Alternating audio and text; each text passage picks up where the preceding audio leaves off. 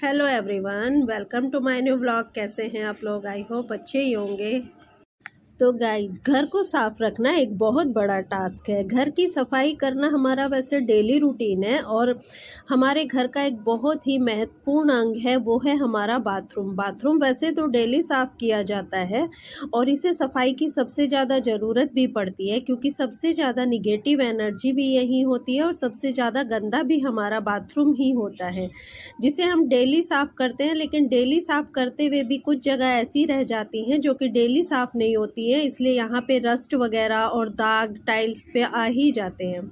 तो हफ्ते में कम से कम एक बार तो इसकी डीप क्लीनिंग करनी ही चाहिए, जिससे कि सारे दाग और सब गंदगी निकल जाए। इसके लिए मैं भी कुछ टिप्स अपनाती हूँ अपने बाथरूम को डीप क्लीन करने के लिए, ताकि उससे सारे दाग धब्बे निकल जाएं। तो आइए आज मैं अपने करती हूँ बाथरूम को डीप क्लीन। आप भी इन टिप्स से अपने बाथरूम को बहुत अच्छे से साफ कर सकते हैं। बाथरूम की डीप क्लीनिंग करने के लिए हमें जिन चीज़ों की आवश्यकता होती है वो है टाइल साफ करने वाला ब्रश, जिसके नीचे स्कॉच ब्राइट लगा होता है, और एक नॉर्मल स्पंज की ज़रूरत होती है, और कॉलिन और पेपर, और एक टॉयलेट क्लीनर जो भी कोई आप यूज़ करते हो, हार्पिक हो या जो भी कोई आप किसी भी ब्रांड का यूज़ करते हो वो ले सकते हैं। इसके अलावा अगर हमें ज़्यादा डीप क्लीनिंग करनी है तो उसके लिए हमें लेना है 2 चम्मच डिटर्जेंट पाउडर और मीठा सोडा या बेकिंग पाउडर, और इसका विनेगर, या अगर हमारे पास विनेगर ना हो तो उसकी जगह हम नींबू भी यूज़ कर सकते हैं। और इसके साथ ही हमें ले लेने हैं ग्लव्स, क्योंकि ये कुछ चीज़ें हमारे हार्मफुल होती है जो हमारे हाथों को नुकसान पहुंचा सकती है। इनमें केमिकल भी होते हैं। बाथरूम की डीप क्लीनिंग करने से पहले हमें अपने बाथरूम को पूरी तरह से खाली कर लेना चाहिए। जो भी वहाँ बाथरूम में सामान रखा होता है, शैम्पू वगैरह और जो भी कुछ होता है, उन सबको वहाँ से हटा देना चाहिए, ताकि हम आसानी से अपने बाथरूम की क्लीनिंग कर सकें। वो चीज़ें गंदी भी ना हो, उनके ऊपर पानी के छींटे भी ना आए और बाथरूम भी आराम से क्लीन हो जाए। तो सबसे पहले मैंने भी सब चीज़ें यहाँ से हटा दी और बाहर रख दी हैं, पूरा बाथरूम खाली कर लिया। मुझे क्लीनिंग ब्लॉग बनाना था, इसलिए मैंने रिसेंटली बाथरूम की सफाई नहीं की है काफ़ी। तो हमारा बाथरूम अभी कितनी जल्दी गंदा हो गया है। आप देखिए कि इस पे टाइल्स पर भी निशान आ गए हैं, और जो ये कांच का पार्टीशन है ये तो बहुत जल्दी गंदा दिखने लगता है। इसमें नीचे पूरे साबुन के छींटे आ जाते हैं नहाते वक्त, तो उसके निशान इस पर बहुत जल्दी दिखते हैं। और इसके अलावा जो सेल्फ वगैरह है ये भी सब गंदे हो गए हैं, और टॉयलेट का एक पार्ट ये वाला तो सबसे ज़्यादा गंदा हो गया। इस पे रस्ट भी आ गई है, क्योंकि यहाँ अक्सर हमेशा टॉयलेट खुला रहता है, तो इस पर हमारा ध्यान भी नहीं जाता कि ये गंदा भी हो गया है। टैप के ऊपर भी क्रिस्टल्स जम गए हैं। तो आइए करते हैं इन सब की आज क्लीनिंग। अब सबसे पहले हाथों पर ग्लव्स पहन लें। मैं तो वैसे यूज़ एंड थ्रो वाले यूज़ करती हूँ, आपके पास जो भी ग्लव्स हो आप वही पहन सकते हैं। और अगर ग्लव्स ना हो तो हाथों पर पन्नी भी पहनी जा सकती है। अब सबसे पहले जो डिटर्जेंट पाउडर हमने लिया था उसमें हमने 2 चम्मच मीठा सोडा डाल लिया, और उसके बाद इसमें विनेगर डाल दिया। विनेगर डालने के बाद आप देखेंगे कि इसमें तुरंत से झाग उठने लगते हैं। फिर इसको बहुत अच्छे से मिक्स कर लिया। कुछ लोग इसमें वैसे हार्पिक भी मिक्स कर देते हैं, लेकिन मुझे स्टील की टैप वगैरह साफ करनी है तो मैंने इसमें हार्पिक नहीं डाला है। तो इसे मैंने सबसे पहले जो रस्ट वाली जगह थी वहाँ पर और टैप पर, और जिन टैप पर क्रिस्टल वगैरह जमा हुआ था मैंने उनके ऊपर इसे अच्छे से लगाकर छोड़ दिया थोड़ी देर के लिए, ताकि वो मैल जो उनके ऊपर था वो अच्छे से फूल सके। अब जो नेक्स्ट स्टेप है वो है हार्पिक लेके मैंने सारी टाइल्स पर हार्पिक को अच्छे से लगा दिया। और अब वैसे हमारी टाइल्स थोड़ी गड्ढे वाली हैं तो इसकी क्लीनिंग में थोड़ी सी प्रॉब्लम आती है। इसको बहुत अच्छे से हार्पिक लगा के गीला करके और इसको अच्छे से फैलाना पड़ता है। प्लेन टाइल्स में इतनी दिक्कत नहीं होती है क्लीनिंग की। अब जो नेक्स्ट स्टेप मेरी क्लीनिंग का था वो था मेरा बीच का पार्टीशन, जो कि कांच का बना हुआ है, और पानी के क्रिस्टल इस पर बहुत जल्दी जम जाते हैं और ये बहुत जल्दी ही गंदा दिखने लगता है। तो इसके लिए पहले विम बार लिया मैंने एक थोड़ा सा, और उसमें पानी मिक्स करके और फिर स्क्रब की सहायता से ना पूरे इसको अच्छे से क्लीन किया। पूरा नीचे इस पे इतने ज्यादा क्रिस्टल जम जाते हैं कि उसको थोड़ा ज्यादा हार्ड रगड़ रगड़ के साफ करना पड़ा। और जो इसके जॉइंट्स लगे हुए हैं जिन स्टील के, उनके ऊपर तो रस्ट भी आ गया था, तो उसको भी अच्छे से रगड़ के और तब साफ किया।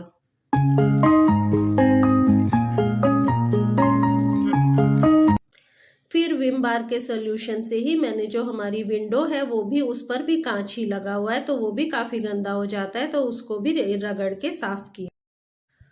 और तब तक जो हार्पिक मैंने डाला था उसे 10 मिनट हो गए थे, तो वो अच्छे से वो मैल जो था ना टाइल्स का वो फूल गया था। तो फिर वो स्क्रब की सहायता से मैंने पूरी टाइल्स को अच्छे से रगड़ के साफ किया। और जो ये कॉर्नर थे जहां पे के वो ब्रश जा नहीं रहा था, तो वहां पे टूथब्रश से कॉर्नर को अच्छे से किया। वैसे भी कॉर्नर बहुत ज्यादा गंदे हो जाते हैं। इसके बाद बारी आती है एक्सेसरीज की, जो कि कॉर्नर्स वगैरह थे और नीचे जो सोप केस लगा हुआ है, ये सब चीजें भी इतनी ज्यादा गंदी हो गई थी कि जो विम जेल का सोल्यूशन मैंने तैयार किया था, तो फिर उसी से इन सबको भी अच्छे से स्क्रब की हेल्प से पूरा साफ किया।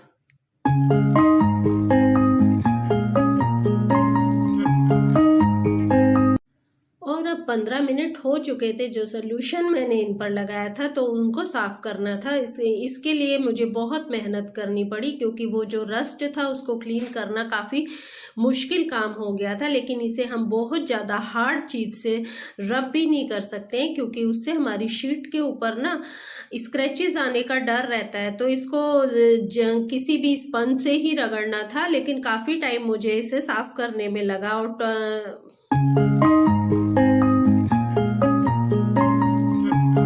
और अब बारी आई वॉश बेसिन की टैप की, जो बहुत ज्यादा गंदी नहीं थी।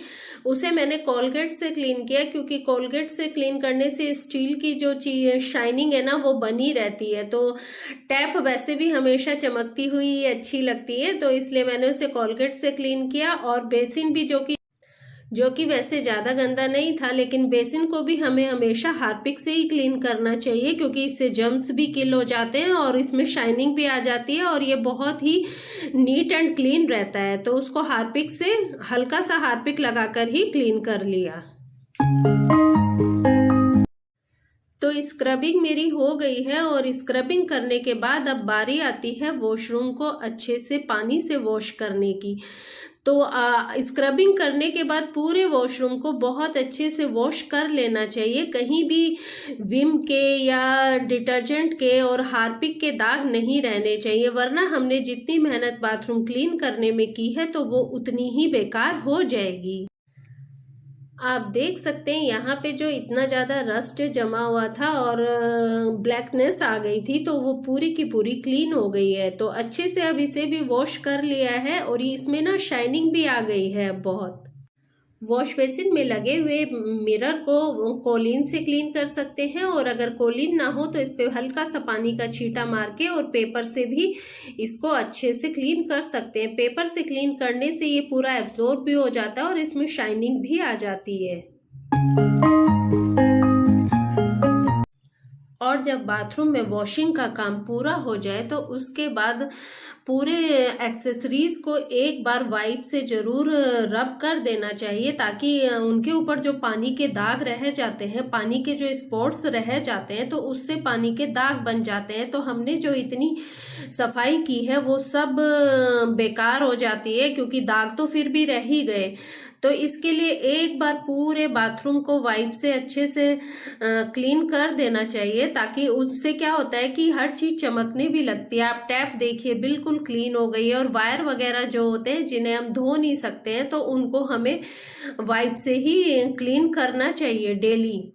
और स्विच वगैरह को तो डेली हमें वाइप से रब करके क्लीन कर देना चाहिए, क्योंकि हाथ यहाँ पर सबसे ज्यादा लगते हैं और ये जल्दी ही गंदे दिखने लगते हैं। ऊपर की पूरी क्लीनिंग होने के बाद बारी आती है फर्श की। तो फर्श पे भी हार्पिक डालकर और स्क्रबर से रब करके ही इसकी टाइल्स को साफ करना चाहिए। वैसे मैं डेली इस सफाई को करती हूँ, क्योंकि बाथरूम का जो फर्श होता है वो बहुत गंदा हो जाता है, तो डेली उसे हार्पिक से ही साफ करें, जिससे जर्म्स भी किल हो जाएं।